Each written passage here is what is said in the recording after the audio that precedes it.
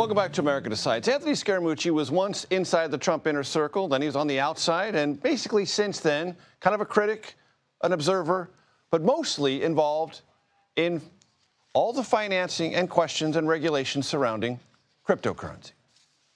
Let's bring in Anthony Scaramucci, who served ever so briefly as White House Communications Director during the first Trump presidency. His new book, The Little Book of Bitcoin, comes out next month.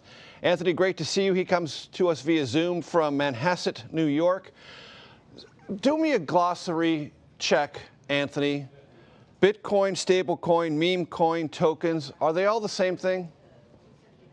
No, and so what Bitcoin really is, and without giving up too much detail on television to bore people, but it's become a durable, stable, long-term store of value. And I say stable because it's never been hacked. It's sort of impregnable, and it's scarce, and it's immutable. It's volatile, though, and it goes up and down as the society is adopting Bitcoin. We've experienced high volatility in Bitcoin, but it's the best performing asset over the last 10 years. And so if you read something like Neil Ferguson's book, The Ascent of Money, it checks all of the boxes of what human beings like in their money in terms of using it as a technology to trade goods and services with each other. A meme coin is really just a gambling token. It has a blockchain technology to it, and you can transfer it back and forth to each other, but it really doesn't have that much value, and it hasn't really been adopted by the mainstream financial institutions. And you mentioned some other things. Those are also, security-like instruments in the world of technology, but nothing is as durable or as sustainable as Bitcoin. And President Trump, right before Inauguration Day, created his own meme coin. What is your reaction to that?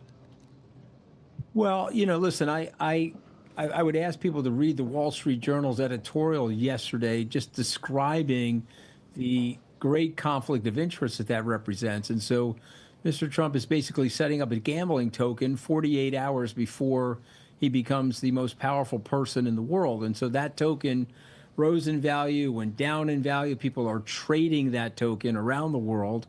And I think its fully diluted market capitalization is about $35 billion. Mr. Trump controls 80% of that coin. So there's a notional value there of $24 billion. Of course, he's locked into the coin for 3 years. But, listen, this is not something that I think any of us like because it's a direct conflict of interest with what he's doing. And it will create a central clearing station, as the Wall Street Journal points out.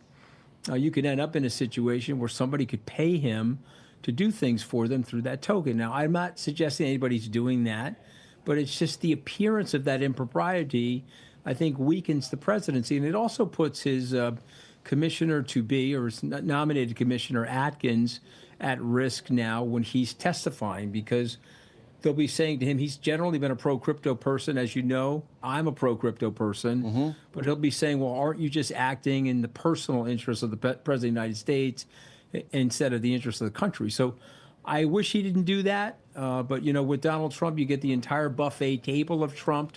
You get some of the grift with some of the good business policies. And it's disappointing to see. But go to the Wall Street Journal.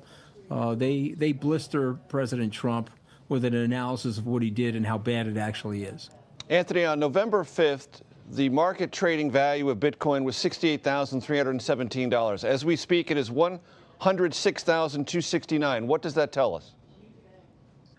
Well, it tells you that tells you I should probably buy a Christmas gift from Donald Trump, actually. That's an aside. But what it tells you in real time is that those prices were probably suppressed during the Biden administration.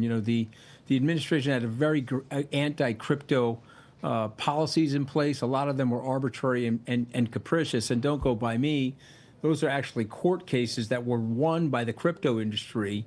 And so I think the normalization of regulation that's going to happen in the Trump administration has unleashed this price discovery. And so I like to tell people that those prices, or would have been the 2022 prices, had Gary Gensler had just followed the administrative law and processed and approved the Bitcoin Cash ETF way back in 2022. But he decided not to do that. He got brutalized in court, lost several cases, was forced to put the Bitcoin ETF on the ledger. The best, most successful ETF launch in history, Major, back in January of last year. And so these prices for Bitcoiners like me, people that really study this market, they're fairly valued prices. And we predict that Bitcoin will probably end the year closer to 200,000 and not anywhere near the prices that it's trading at right now. Anthony, what did it mean within this larger conversation and the people who love and trade in digital currencies for President Trump to pardon Russ Ulbricht this week? So the original people, sort of that OG, like they say, the original group of people that were early stage Bitcoiners were thrilled with that decision. Mr. Ulbricht, if you will, got life imprisonment with no opportunity to parole. And he was a little bit of a nerdy guy that created this thing called the Silk Road. The Silk Road sort of exploded and got used for all different types of nefarious things, including money laundering and arms sales and et cetera. Drug transactions. Yeah, exactly. Drug transactions. He got prosecuted for the creation of this thing. Big mistake on his part. A lot of people in the cryptocurrency industry felt that he was over-prosecuted, if you will, or that sentence of a lifetime imprisonment for a 29-year-old was unjust. Mr. Trump heard their pleas, and he pardoned them in the first week of his second term of his presidency. So I'm not as close to that situation as some of the OG people are. I got to Bitcoin in 2020.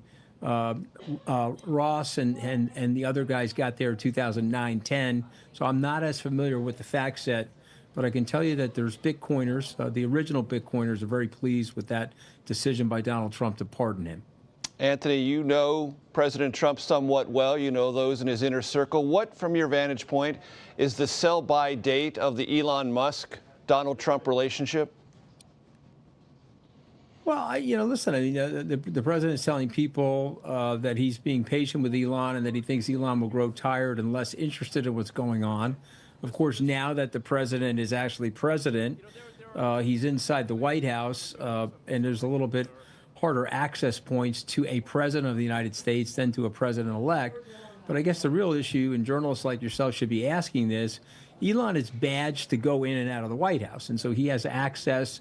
And there is talk about him eventually getting an office in the old executive office building. And if that's the case, God bless. He's a very talented and capable person. But I guess the open question would be, can you be badged to go into the White House, sit in those policy meetings, and also run SpaceX and Tesla and things like X, if you will, and so many other companies that he's brilliantly managed to run, operate, and control. So the operating question is, are we going to allow business leaders into the White House and have a dual role like that? It sounds like there's a conflict of interest. There's probably ethical rules or ethical standards inside of Washington that would probably prevent that. And so all I would say to Mr. Musk, who I think is a very talented person and could be very helpful in making the government more efficient, is to shed his other roles and focus on the role that he's seeking in public service. I think it'd be very difficult to do both those roles. Anthony Scaramucci, always a pleasure, sir. Thank you. Hey, good to be on with you. Thank you.